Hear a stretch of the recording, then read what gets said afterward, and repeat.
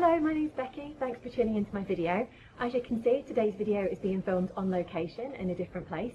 I'm on my holidays at the moment, so I thought I'd take this opportunity to show you a few of the things that I've packed in my suitcase to bring away. So if you follow me inside, and I'll show you what I've made.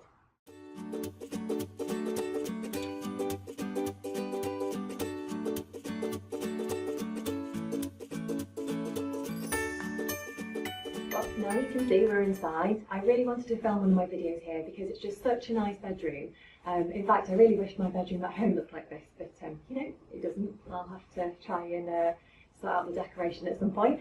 But anyway, so I wanted to talk you through some of the things that I've been making for my holiday. Some of the things I mentioned in my last video and some of the things I didn't. I will continue with my making when I get home.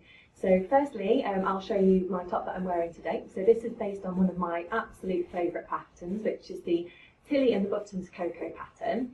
I got this lovely kind of cranberry coloured jersey from Guthrie and Garney in Birmingham a little while ago. They only had about 70 centimetres left of it, so I didn't quite have enough to make a full t-shirt top. So what I did was, as you can see, I've added on this extra panel at the top, which is some striped cotton jersey that I got from Material Girl Laura a little while ago online. So I think the two work quite well together.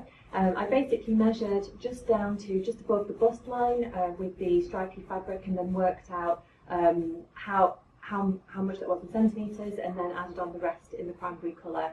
On the back, I've just gone for a complete cranberry rather than doing the striped fabric all the way around.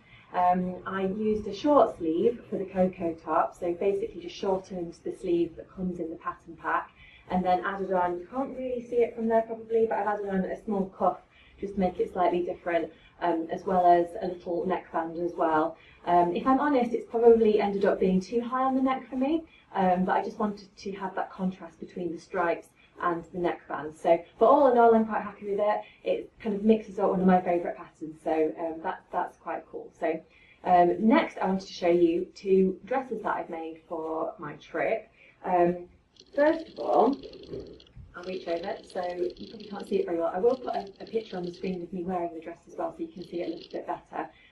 This is a mustard jersey fabric that I got from Material Girl Laura online. It's a lovely floral pattern. I didn't quite have enough. I think I ordered about 1.5 metres, which meant that because it's got a lovely flared skirt, I didn't quite have enough. But I was determined that I wanted to make a dress from it, so I had to sort of think outside the box a little bit. So what I've done is I've used the Agnes top pattern for the top section, cutting it down to the waistline. I've actually had to cut the front on in two, so I cut those two pieces on the bias, as well as the back as well. I cut those two pieces on the bias because I didn't have enough fabric to cut them both on the fold. I also added on a short sleeve, again because I was short of fabric, and a short, or should I say a smallish neckband as well, probably slightly smaller in width than the regular neckband that comes with the Agnes pattern. The bottom of the dress is the Joni dress pattern from the Tilly and the Buttons stretch book. You probably saw in one of my earlier videos that I made a blue floral version of this dress. Absolutely loved it, so that's why I was determined to make another one. It's just that this one's ended up being slightly different because, like I say, I was a bit short in my supplies. But actually, I really like it. I've worn it a bit during my trip, and I'm sure I'll wear it when I'm at home as well. It's not that warm where I am, so I have actually worn it here with tights and a black cardigan. So yeah, really pleased with that one. Okay, so the next dress I wanted to show you is a pink one, which I mentioned in my last video, if you saw that one. I'll just reach over. So this is, again, based on the Tilly and the Buttons Agnes pattern, but it's slightly different. So again, the fabric is from Material Girl Laura. As you can see, I'm quite a big fan of those fabrics. I have bought quite a few bits and pieces from there over the last few months. Just because the ones I've had have been really good quality, so I think if they're good quality, why not? I'll get them from there. So this is a lovely animal print fabric. It's quite a lightweight cotton jersey. Again, I've used the Agnes top pattern for the top. I've added on a shortish sleeve, it's not quite 3/4 length. And for this one, inspired by Button and Pip from Instagram, I've added on a ruffled skirt, or should I say gathered skirt for the bottom. It's a little bit different to what I would usually wear, but I do like it.